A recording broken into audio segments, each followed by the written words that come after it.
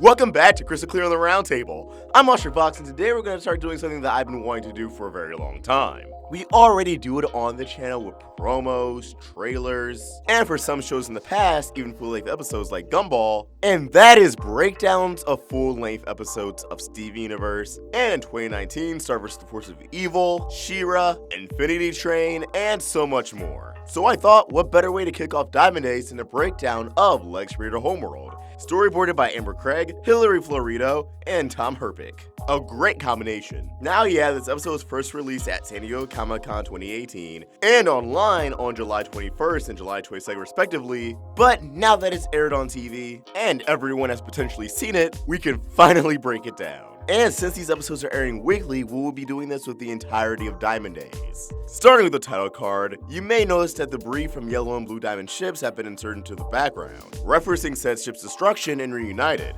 while also serving as a throwback to the episodes Full Disclosure and Joyride, and how those title cards also feature debris from a Gem warship following a Beach City invasion. Now, despite taking place immediately after Reunited, it's now daytime, and everyone is out of their wedding attire. Did they have a little intermission so everyone can get into more arc-appropriate clothing? Now, as Blue Diamond's getting all cuddly and emotional with Steven, Garnet refers to Blue Diamond as a Shatterer, which is a direct callback to their little run-in all the way back in The Answer, Blue Diamond wanting to shatter Ruby for fusing with Sapphire. This is just another installment in their long-running grudge towards Blue. She's a Shatterer! She yelled at Sapphire, she hates fusion and love! Yellow Diamond acknowledges that not only does Steven look a little different from Pink Diamond, but he also differs in voice. Gems typically don't sound all too different whenever they alter their physical appearance. So why would Yellow be convinced Pink is just doing a voice? That she's just really good at pitch shifting. Yellow Diamond also represents the events of the trial, asking why Pink Diamond didn't speak up right then and there. Well, to be fair, proclaiming to be the person you murdered at your own trial probably wouldn't go over all too well, especially after seeing what Yellow Diamond did to the Zircons. A really neat detail, the exposed joint of Yellow Diamond's damaged ship has a yellow, blue, and pink color scheme. The colors of the diamonds, excluding White Diamond. If we look at Pearl's pose as Yellow Diamond inspects Steven's gemstone, you may find it a bit familiar. It appears to be a sign of respect around authority, as we also saw this pose in previous episodes such as That'll Be All, and Now We're Only Falling Apart. Now there are some weird animation errors with the diamonds throughout the episode. The sclera of Yellow Diamond's eyes keep alternating between yellow to white without any real rhyme or reason. This appears to only happen when Rough Draft animates Yellow Diamond, as the same thing occurred in Message Received. Blue Diamond also suffers from Rough Draft syndrome, as her sleeves turn into fingerless gloves at any time. Yellow Diamond speculates Pink Diamond's memories are still inside Steven's gemstone somewhere. We know this is true due to the events of Jungle Moon and Can't Go Back. Potentially we'll see more of this down the line. Maybe even Steven unlocking all of his mother's memories at will? At the warpad, we can spot Bismuth resting her arm on Pearl, continuing the physical mannerisms of their dynamic introduced in Bismuth's titular debut. Steven lures Centipedal out of her ship with a bag of chaps, calling back to their previous adventures and connection in the episodes Monster Buddy and Monster Union. After Steven explains corruption to the Diamonds and they decide to take a crack at it, Yellow Diamond rubs her hands together before attempting to heal Centipedal, a cheeky nod to her electricity-based powers, conducting energy. While Yellow Diamond's role in corruption and its cure seems to be related to the physical form, Blue Diamond's appears to be related to the mental state, and Steven, or Pink Diamond's involvement in healing, is presence, leaving permanence to a certain someone. Alright, so once Centipedal is stable, after years of speculation, her gemstone is finally revealed to be a nephrite. In particular, she's nephrite, facet 413, Cabogeon 12. Now, Cabogeon in gem terminology is a gemstone which has been shaped and polished. Usually, Cabogeon is used in opposition to faceting a gem, so I guess it's kind of contradictory in the real world. But it means something else here, not as contradictory. The 413 in Nephrite's name may be a nod to Homestuck. 413 is a significant number in the webcomic series, and Amber Craig, who storyboarded this episode, is close friends with the author too. Cross-franchise Easter eggs, Easter eggs. Nephrite also references the Hestonite she served, referencing to the gem we saw in Monster Union, who is also the antagonist of the video game's TV universe, Save the Light, which is canon to the events of the show. Yellow and Blue Diamond conclude that they cannot heal corruption on their own, but if it was the four of them, things might be different. And after over 70 episodes since her mirror debuted, we finally have a name drop of White Diamond proper in the show, leading to startling reactions from Garnet, Bismuth, and Pearl. The background and said reactions appear to be the Mindscape, looking identical to the Mindscape in Reunited and Gem Drill, possibly hinting at mind-related shenanigans to come with White Diamond herself.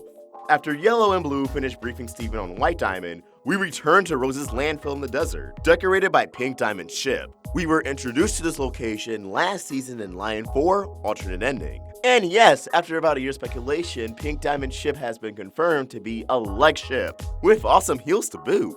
Now, as everyone's preparing to take off to Homeworld, I love this nice moment with Connie's parents. It really shows the progression with her. They went to uncomfortable around Steven and the gems, Connie's mother Priyanka herself forbidding Connie from using her sword, to sending their daughter off into space. Priyanka even asking, "Where's your sword?" Which unfortunately was destroyed and reunited by Blue Diamond, but we know another one's coming. Connie does mention to her parents that this is a diplomatic mission, which may mean that this indeed isn't going to be a diplomatic mission. Things never work out that easy. When Greg questions Steven's safety, Garnet ominously states, "Steven will be fine," which could imply that out of everyone heading to Homeworld, we may see Steven as the sole survivor walking away unscathed. Everyone else is sustaining some kind of damage, emotional or physical. Actually, if that's the case, Steven will definitely have some emotional damage. Now, some people have been wondering, is Garnet saying this to the future vision? I just think this is more of a dry wit statement. Essentially, Garnet saying, Steven will be fine, but me, across Gem Fusion, you may want to keep me in your thoughts if anyone. After everyone takes off, we see Greg, the Maheshwarans, Bismuth, and Lion witnessing the absurdity of a running ship. Yet, if you look in the background, Steven's house is back to normal, despite half of it being destroyed and reunited. Is this an animation error? Was it repaired off screen in the time it took for them to prepare for the mission? Narratively, I'm assuming it got destroyed so it can be repaired and expanded, accommodating for Bismuth, Peridot, and Lapis. So yeah, this is likely an animation error. Now, on the ship and heading to Homeworld, Steven ponders if he should have brought White Diamond a gift. And right before Pearl can speak about White Diamond to Steven, she's interrupted by Yellow Diamond. Earlier, a similar thing happened outside of Nephrite's ship, so I'm wondering if this is happening for a reason. There are still rampant theories that Pearl has a connection to White Diamond, despite serving Pink Diamond. So who knows? We may be in store for quite a treat. Now, a neat detail, the background design of Pink Diamond ship supports many intersecting lines that form the original diamond insignia. I just love how much intricate detail surrounds the diamonds in Homeworld. It feels as if everything is a callback to the gem matriarchs. It's amazing. Now, Yellow Diamond states that when they arrive to Homeworld and Pink Diamond ship, it'll be viewed as the biggest galactic embarrassment ever seen. Biggest galactic embarrassment? Is this possibly alluding to other alien races? Or does Yellow Diamond view Gemkind as the cream of the crop? So any mistake they make, any big blunder, it's relatively going to be seen as a huge one. Now, as everyone arrives to Homeworld, we get our first look at it as a planet. It's not the most flattering image, as it's split into large chunks coated in 2 dark rings. What happened? How did it get destroyed? Now, up close inspection will reveal hints of pink, blue, yellow, and white in its color scheme, although white is the predominant color, which makes sense. White Diamond. Plus, it looks like a disco ball. Disco girl, coming through, that girl is you. Don't come in! As the ship lands, we see more of Homeworld and its infrastructure. There are many structures that resemble triangles, pyramids, and diamonds. Now, this is our first expansive look of the planet since its debut in the trial, and many of the structures actually resemble how Homeworld appears in the Steven Universe Harmony comic series. Which has me thinking, are those comics remotely canon? They clearly worked with the Crewverse to see how Homeworld appears. Now, the docking bay and the landing pads of the Diamond's warships assumably also form the Diamond insignia. Pink's leg right across from White Diamond's torso and headship, also alluding that when these ships come together, they would go full Exodia and form a White Diamond-shaped mech. The gang hears a surge of cheering, exit the ship to see the commotion, and find themselves welcomed by a crowd of gems forming the Diamond insignia. In this crowd of gems, we can see aquamarines, what I assume to be Air 1 Paradox, and 2 new gems. The blue ones, I believe we may see in one of the newest promos, right there. Although at the same time, the one in the crowds look like they could be taller. Maybe that's an establishing difference between Era 1 and Era 2. Unfortunately, the celebration is immediately cut short by the arrival of White Pearl, who's missing an eye, with cracks around where it should be, completely grayscale, with hair buns inspired by Princess Leia from Star Wars. Now, what's interesting about White Pearl is that her gemstone placement is the opposite of White Diamond's, much like how Pink, Diamond, and Pearl also have their gemstones in opposite places. Pink's in the navel, and Pearl's on the forehead. White Diamond's gemstone is in her forehead, while White Pearl's gemstone is on her navel. This has caused many to speculate that at some point, perhaps the two pearls were swapped. White Pearl was originally Pink Pearl and belonged to Pink Diamond, and our Pearl was originally White Pearl and belonged to White Diamond. Personally, I believe that even if our Pearl was created for Pink Diamond, the White Pearl we see right here originally belonged to Pink, and after an unfortunate incident, she wound up this way, serving White Diamond. She's also voiced by Christine Ebersole, who we soon find out is also the voice of White Diamond. And it's the first time a Pearl is not voiced by Dee Dee Magnahall, alluding towards the fact that perhaps White Diamond is controlling this Pearl to the point where her voice isn't even her own.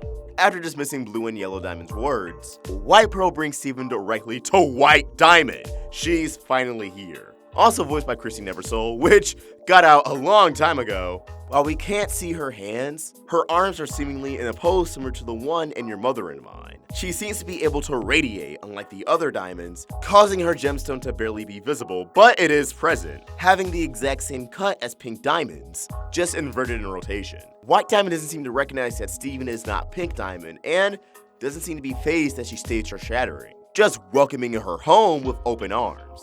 And before Steven can even get a word in, he's sent to what Rebecca Sugar has called on the podcast, Pink Diamond's Palace. This room in particular was likely her room. And that brings us to a close. Were there any Easter eggs, references, background details we missed? What was your favorite part of the episode? Let us know your thoughts in the comments below, or tweet them to me at AwestruckVox or at Roundtable Vids. We're also on Instagram. If you want to help the Roundtable grow, you can either become a member of this channel or support us on Patreon. Get access to exclusive perks. Link in the description.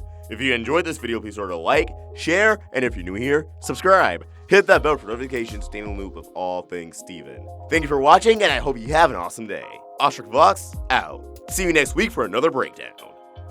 It's the Christmas season once again, which means we have new Christmas designs. That's right.